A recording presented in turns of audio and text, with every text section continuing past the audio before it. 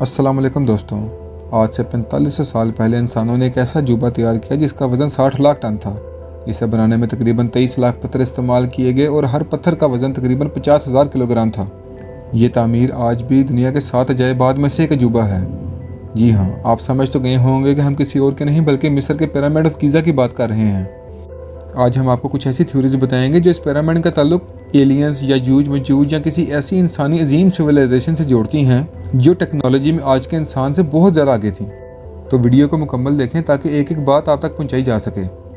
इसी के साथ चैनल को सब्सक्राइब कर दें ताकि ऐसी इन्फॉर्मेटिव वीडियोस का सिलसिला तसलसल से आप तक पहुंचता रहे। तो दोस्तों, टॉपिक पर वापस आते हैं। ये तामीर जो उस वक़्त के इंसान ने की, मुहक्किकीन को चकरा कर रख देने के लिए काफ़ी है। पिरामिड ऑफ गीज़ा 2560 BC में तामीर हुआ, 147 मीटर यानी 482 फीट ऊंचा है, जो अगले 4000 साल तक दुनिया की बुलंद तरीन तमीर रही जो इंसानी हाथ से की गई थी। अगर इसका मुआवजना आज की बुलंद तरीन इमारत यानी बुर्ज अल खलीफा से करें तो बुर्ज अल खलीफा का वज़न 5 लाख टन है, यानी वो पिरामिड ऑफ गीज़ा से 12 गुना हल्की है। पर असल हैरानी की बात यह नहीं बल्कि दिमाग को चकरा कर रख देने वाली हैरत की बात यह है कि 4500 साल पहले के इंसान ने ये पिरामिड बनाए कैसे, जबकि उस दौर में अभी तक तो पहिया भी ईजाद ना हुआ था। लेकिन फिर भी 50,000 किलोग्राम वजनी पत्थरों को पिरामिड की साइड पर ले जाया गया और एक के ऊपर एक रखा भी गया, और इस तरतीब से रखा गया कि उनमें 1 इंच का भी फासला मौजूद नहीं है। जबकि उस दौर में कोई ऐसी टेक्नोलॉजी मौजूद ना थी जो इतने भारी भरकम पत्थरों को एक के ऊपर एक उठा कर रख सकें। अगर हम इसको डिज़ाइन के एतबार से देखें तो इतना परफेक्ट मैथमेटिकल डिज़ाइन बनाना उस दौर के लिए नामुमकिन था। जिन लोगों ने इस पिरामिड को बनाया उनको ज़मीन का एग्जैक्ट सर्कमफ्रेंस मालूम था। वो जानते थे कि पोल से इक्वेटर तक की लंबाई कितनी है। अगर हम इस बहस में गए तो वीडियो बहुत लंबी हो जाएगी। समझने की बात यह है कि आज का इंसान भी इन पिरामिड्स की कॉपी तैयार नहीं कर सकता, क्योंकि आज तक ऐसी कोई टेक्नोलॉजी या क्रेन ईजाद नहीं हुई जो इतने भारी भरकम पत्थरों को एक के ऊपर एक उठाकर रख सके। अब यहाँ तो इजिप्शियन सिविलाइजेशन आज की सिविलाइजेशन से बहुत जदीद थी, या उन्हें किसी ऐसी मखलूक या सिविलाइजेशन की हिमायत हासिल थी जो इस दुनिया से बाहर की थी। अब ये तो खुदा बेहतर जानता है। आज हम आपके सामने कुछ ऐसे नज़रियात रखेंगे और फैसला आप पर छोड़ देंगे। आप फैसला करेंगे इनमें सच क्या है और क्या सिर्फ एक मफरूज़े के सिवा कुछ भी नहीं। एक नज़रिया ये कहता है कि ये पिरामिड्स हज़रत नूह अलैहिस्सलाम के दौर में आने वाले समुद्री तूफान से पहले बनाए गए थे। तब का इंसान इतनी टेक्नोलॉजी रखता था कि वो एक दुनिया से दूसरी दुनिया तक का सफ़र कर सकता था, जिसे साइंसी ज़बान में मल्टीवर्स ट्रैवल कहा जाता है। जिसकी मिसाल कुरान पाक में यूँ मिलती है कि हज़रत इदरीस अलैहिस्सलाम का इस कायनात से चौथे आसमान पर चले जाना, और हज़रत ज़ुल्करनैन अलैहिस्सलाम का एक ऐसी मुहिम पर निकलना जिसमें वो अहले दुनिया और यजूज मजूज के दरमियान ऐसी दीवार हायल कर देते हैं जिससे वो इस दुनिया में रहकर इंसान को सता ना सकें। असल में इस नज़रिए के मुताबिक ये वही यजूज मजूज हैं जिनको आज की दुनिया में हम एलियंस के नाम से जानते हैं। ये वही एलियंस हैं जो इस दुनिया में आते थे और इंसान पर जुल्म और जबर किया करते थे, और ये पिरामिड्स भी इन्होंने ही तमीर करवाए।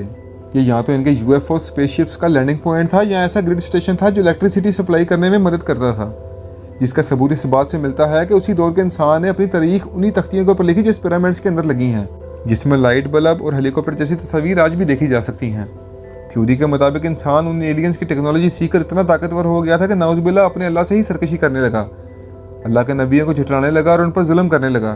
तो अल्लाह ने तूफ़ान नूह की शक्ल में ऐसा अज़ाब भेजा जिसमें ऐसी लोग जो कश्ती नूह में सवार थे उनके अलावा सब हलाक हो गया और तमाम टेक्नोलॉजी तबाह बर्बाद कर दी गई। पिरामिड्स का मुशाहिदा करने से बात मालूम हुई है कि किसी दौर में ये पिरामिड्स पानी में डूबे रहे हैं, जबकि ना तो मिस्र में इस मुकाम पर आज पानी मौजूद है, ना उस वक्त मौजूद था जब ये पिरामिड्स तैयार किए जा रहे थे। तो कोई शक नहीं जो निशानात पानी के मिले हैं वो उसी तूफ़ान नूह के हैं, क्योंकि तूफ़ान नूह से पूरी दुनिया पानी में डूब गई थी। कश्ती नूह भी इस दौर के इंसान की टेक्नोलॉजी का ही नतीजा है कि हज़रत नूह ने एक ऐसी कश्ती तैयार कर ली जिसमें दुनिया भर के जानवरों का एक एक जोड़ा आ गया। सोच के देखें वो कश्ती कितनी बड़ी और कितनी बुलंद होगी जिसमें पूरी दुनिया के जानवर समा गए। बेशक अल्लाह ही बेहतर जानता है और वो अपने बंदे को इल्म की दौलत से नवाजता है। अब बात करते हैं दूसरी थ्योरी की, जो ये कहती है कि पिरामिड ऑफ गीज़ा खूफू नामी फ़िरौन ने तमीर करवाए थे, जो ये यकीन रखता था कि वो मरने के बाद दोबारा ज़िंदा हो जाएगा, और वो इस पिरामिड को अपना मकबरा बनाना चाहता था और चाहता था कि उसके साथ सोना, चांदी और हर किस्म के ख़जाने, यहाँ तक कि उसकी बीवियों को भी दफन कर दिया जाए, ताकि जब वो ज़िंदा किया जाए तो ये सब चीज़ें उसके काम आ सकें।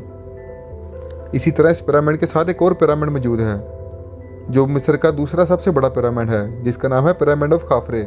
खाफरे कुफू का ही बेटा था जिसने वो पिरामिड अपने लिए तमीर करवाया। इनके साथ एक तीसरा पिरामिड भी मौजूद है जो काफरे के बेटे मनकोरा ने अपने लिए बनवाया था, जिसका नाम पिरामिड ऑफ मनकोरा है। ये वो बादशाह थे जिन्हें इजिप्ट के लोग नाउज़ुबिल्लाह अपना खुदा तस्लीम करते थे। और यकीन रखते थे कि ये मरने के बाद दोबारा जिंदा हो जाते हैं और ये सिलसिला बादशाहत का इसी तरह कायम रहता है। इसी थ्योरी पर गौर करें तो आज इंसान इन पिरामिड्स के चैम्बर तक रसाई हासिल कर चुका है। अब यहाँ ना तो कोई ख़जाना मिला है, ना ही कोई मम्मी, मगर एक कब्रनुमा निशान लाजमी मिला है। ख़जाना और मम्मी का ना मिलना इस बात का बिल्कुल सबूत नहीं कि ये थ्योरी गलत है, बल्कि ये भी तो हो सकता है कि 45 साल के अरसे में इस पिरामिड्स को कई दफ़ा लूटा जा चुका हो, जिस वजह से ये आज हमें खाली मिले हैं। अल्लाह से शिरक करने वाले का बेशक ऐसा ही अंजाम होता है, और उसकी लाश अगर मिल भी जाए तो रहती दुनिया तक एक इबरत का निशान बनी रहती है। अब ये पिरामिड्स के ऐसे राज हैं जिनको आज तक कोई इंसान नहीं सुलझा सका, बल्कि सब अपने अपने नज़रिए पेश करते हैं। दोस्तों, फैसला अब आप खुद करें, कौन सी थ्योरी सही है और कौन सी गलत।